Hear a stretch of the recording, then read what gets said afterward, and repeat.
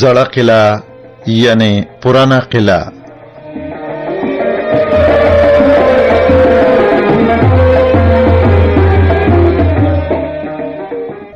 ایزانو د ډیلی زوړ قلعه په حق لا دا معلومات تاسو ته هریندر کمار سواته وړاندې کړي.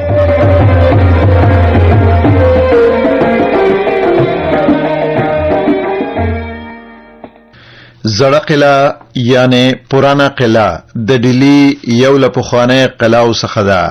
ویل کېده چې په زړه قلعه کې اوسنی فورټ د همایون او د افغان شیر شاه سوري لخوا جوړ شوی و. د ایس آئی ډایرکټر بی بی لال د مهابهارت په متن کې د ذکر شوی ځایونو د پلټنې لپاره په یو میشن باندې روان شو او لکه عادي بڼې داسې یې په هغه ټولو ځایونو کې هم هغسې نښې پیدا کړې. کیندنه په 1954 نه 1955 او بیا په 1961 نه 1983 کال پورې په زړه قلعه کې د ایس آئی ډایرکټر بی بی لال لخوا ترسره شو.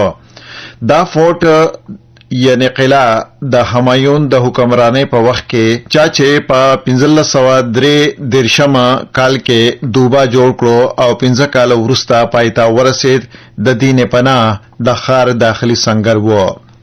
د سوری د سلسله پیدا کونکي شیر شاه سوری په 1540 کال کې همایون ته ماته ورکړه او د فورټ یعنی د قلعه نوم یې شیرګړ کېښود.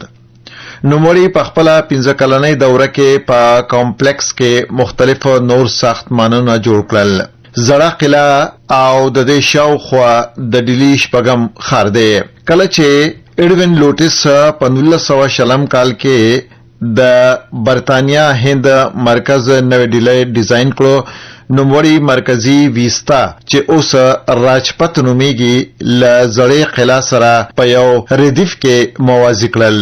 د 1940 کال د اگست په میاشت کې د هند تقسیم یا د ویش په وخت زړه قلعه سره نږدې د همایون مقبره د نویو پاکستانی مسلمانانو لپاره د مهاجرو کیمپ وګرځول شو. د مهاجرو په دې ډله کې 12,000 دولتي کارکونکي چې د پاکستان لپاره د خدمت نیت کړی وو او له 15,000 پورې نور مسلمانان وو، څوک چې د 1940 کال دسمبر په میاشت کې په زړه قلعه کې ځای په ځای شوي وو. کله چې د هند دولت د کمپونو بندوبست وکړو، د زړې قلعه کیمپ د 1948 کال د اوایلو پورې فعال وساتل شو، لکه څنګه چې پاکستان ته ریلګاډي د 1940 کال د اکتوبر میاشت پورې منتظر وو.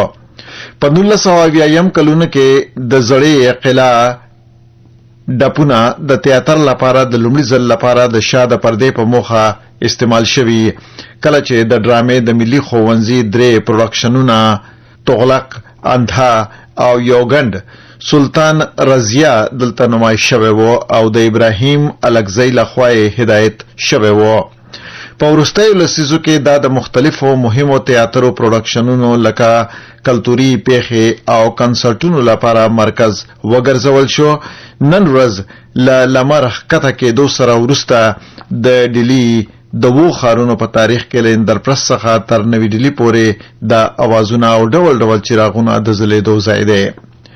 ډیلی د ځینو له قوله د یو افسانوي ښار اندرپرست په څنګ کې پروت دی، کوم چې د مهابهارت له زمانې څخه د پنجپیر یعنی پانډوانو لخوا جوړ شوی و او ویل کېږي چې دا د ډیلی لومړی ښار و. د لیدو عادي وخت یې د سهار له 2 بجو څخه د مازدیګر له 5 بجو پورې دی. د زړې قلعه د دیوال اوږدوالی 18 میټره دی او 3 طاق لرونکي دروازې لري.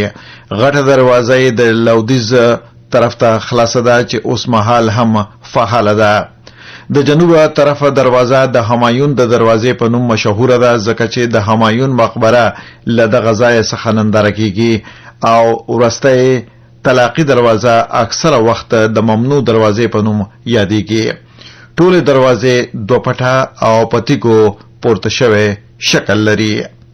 نن هم ګڼ سیلانیان چې دلته هندوستان ته راشي او ډیلی ته راشي دلته اوسیږي نو پرانا قلعه یا زړې قلعه ته هرومرو ورزي دا د سیل او د سیلانیانو لپاره یو ډیر ښایسته ځای دی او ډیره ګڼه ګوڼه دغلته جوړوي.